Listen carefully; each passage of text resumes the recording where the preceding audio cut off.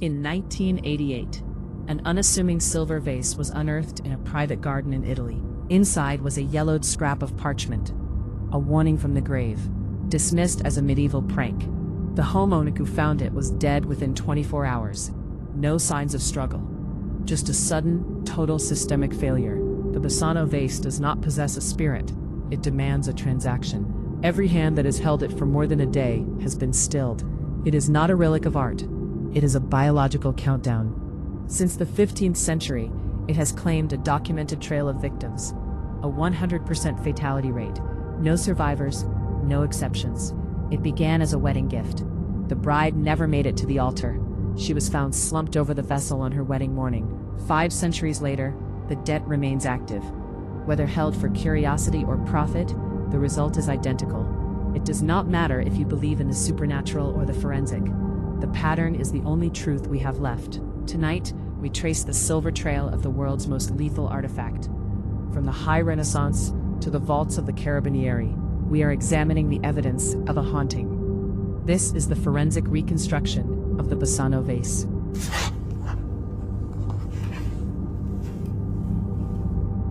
Five deaths in 6 months. They tried to bury it. It came back. The debt is always paid in silver.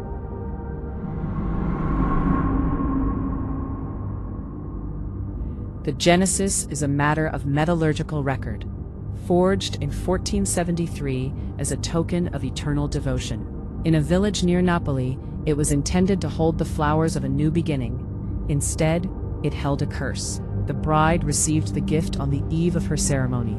Status in the 1400s was often measured in silver. She became instantly obsessed, refusing to let the object leave her bedside. It was the last thing she ever saw. By dawn, the wedding was awake. The bride was found dead, clutching the vase to her chest. No marks, no poison. Her heart simply ceased to function. The first payment was complete.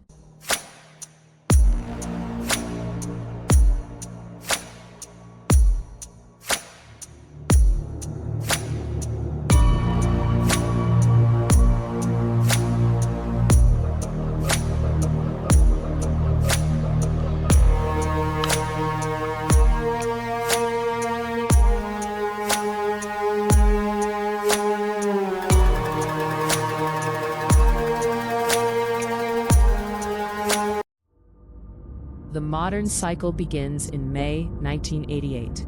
A homeowner in Campania, exhuming a garden plot for a new fence, strikes a lead-lined container. Inside is the vase. To the untrained eye, a masterpiece of 15th century silversmithing. To the forensic record, a starting point of a modern pattern. The gardener, identified in local reports as Vincenzo, ignores the warning parchment inside. He dies within 24 hours. The reported cause? Cardiac arrest. The family, unaware of the object's history, sells it to an antique dealer. He becomes the second modern data point in the pattern. The dealer develops a rapidly progressing infection of unknown origin. He dies 58 days after the purchase. The vase remains on his desk, untouched. Despite local rumors, the vase is sold again. The third victim is a 37-year-old surgeon. He was a man of science, not superstition. He dies 3 months later of a sudden pulmonary collapse. His colleagues find no underlying pathology. The vase remains the only shared variable. He dies shortly after from injuries sustained in an unexplained fall. The victim was an archaeologist who purchased the vase to study its alloy. The Carabinieri, Italy's national police, confiscates the artifact in 1989. It is no longer a piece of art. It is a homicide suspect. Tests screen for slow-acting toxins, thallium, polonium, arsenic. The results are negative. The silver is chemically inert. Unconfirmed reports mention a 5th death, a young officer who had handled the container without authorization. He dies within the week. The Italian authorities face a dilemma. They are dealing with a lethal pattern without a detectable biological cause. Museums refuse the donation. According to reports, even the church declines involvement in its disposal. The official report states that in 1991, the vase was sealed in a lead casket and buried in an undisclosed location. No GPS coordinates were recorded, no headstone placed. the Basano vase was effectively removed from circulation. But in cases like this, lost does not mean inactive, only unobserved. When we map the fatalities associated with the Basano vase, a consistent pattern begins to emerge. This is a sequence of events governed by a measurable interval. There is a measurable delay between exposure and collapse. The interval ranges from 24 hours to 90 days. The object does not trigger an immediate response. Forensic investigators in the 1980s treated the vase as a potential delivery system for a nerve agent. The search for a physical cause was exhaustive. Mass spectrometry was utilized to detect rare earth poisons. No toxic compounds or hidden mechanisms were identified. Chemically, the vessel remains an enigma. In each modern case, the physiological failure appeared natural. However, some reports noted a possible shared anomaly, a rapid, unexplained depletion of electrolytes. The anomaly lies in the clustering. In a standard population, the probability of 4 healthy owners dying of unrelated natural causes within months is statistically unlikely. The data transcends 5 centuries. The 1473 wedding deaths and the 1988 garden deaths share strikingly similar forensic descriptions. Systemic arrest without trauma. One variable stands out: proximity. In each documented case, the owner remained in close, daily contact with the object. During its isolation in the Carabinieri evidence locker, the pattern paused. This suggests that direct possession, not mere existence, may be a factor. It moves through private ownership, leaving a wake of biological data points that the medical community cannot explain using current models. We are left with a paradox: a physical object that exerts a non-physical influence on human biology, a weapon with no ammunition. There is no curse in a forensic sense. There is only a variable we have not yet identified, a shared cause of death that leaves no trace in the marrow. To the architect, the Basano vase represents a phenomenon that continues to resist modern detection. The pattern suggests a fixed window between exposure and death. It is a biological timer that we do not have the tools to reset. If the pattern is real, then burial is not a solution. It only delays further observation. By the late 1980s, the Basano vase was no longer classified as a relic. It was a hazardous variable. The decision was made to neutralize the object. Attempts to physically dismantle or melt the silver were met with logistical friction. Mechanical failure and reports of technician illness halted the process. The Italian state attempted to transfer the vase to various local museums. Each institution declined, citing documented liability concerns. It became a pariah in the world of curation. Some personnel who examined the case files reported symptoms, including acute anxiety and vertigo. According to reports, even the church declined involvement in its disposal.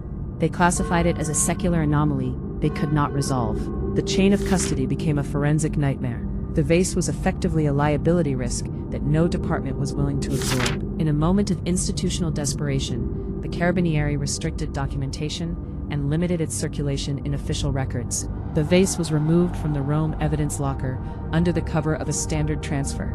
Details of its final destination were not publicly documented. This was the rejection phase. It was informally described as a policy of non-disclosure, an institutional refusal to engage with the object's reality.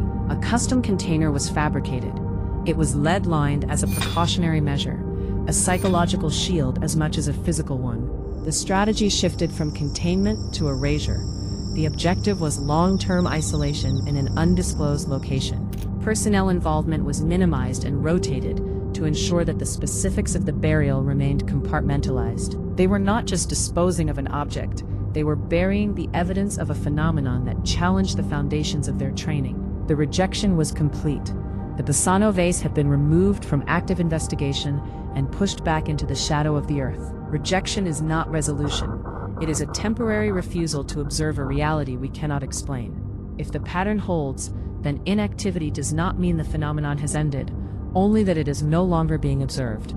The final entry in the official file for the Basano vase is dated 1991. It concludes not with a solution, but with a disappearance. Somewhere in the unmapped regions of the Italian countryside, the lead casket remains. There is no marker, no headstone, no digital footprint. The burial was a strategic retreat. The authorities accepted that some variables cannot be controlled. They can only be separated from the population. But burial in the 20th century does not guarantee security in the 21st. The soil is not a permanent vault, it is a waiting room. As urban expansion and infrastructure projects continue to reshape the landscape, the undisclosed location moves closer to discovery every year. The architect must view this as a cycle of dormancy. The 500-year gap suggests that the phenomenon is not diminished by time, only by isolation. This leads to the final assessment, the viewer's warning. The vase is not the only artifact of its kind currently in state-mandated exile. Across Europe and the Americas, dozens of unresolvable anomalies are currently stored in lead-lined obscurity, objects that challenge the known laws of biology. You may find them in estate sales. You may find them in the dirt of a new garden. You may find them passed down through families as heirlooms. The forensic signature is always the same, a consistent pattern of systemic failure among those who claim ownership. If you encounter a piece of the past that comes with a warning, do not assume it is folklore. Do not assume it is a joke. In the world of forensic anomalies, curiosity is the primary delivery system for the debt. The Basano Vase is out there. It is currently unobserved. It is currently inactive, for now.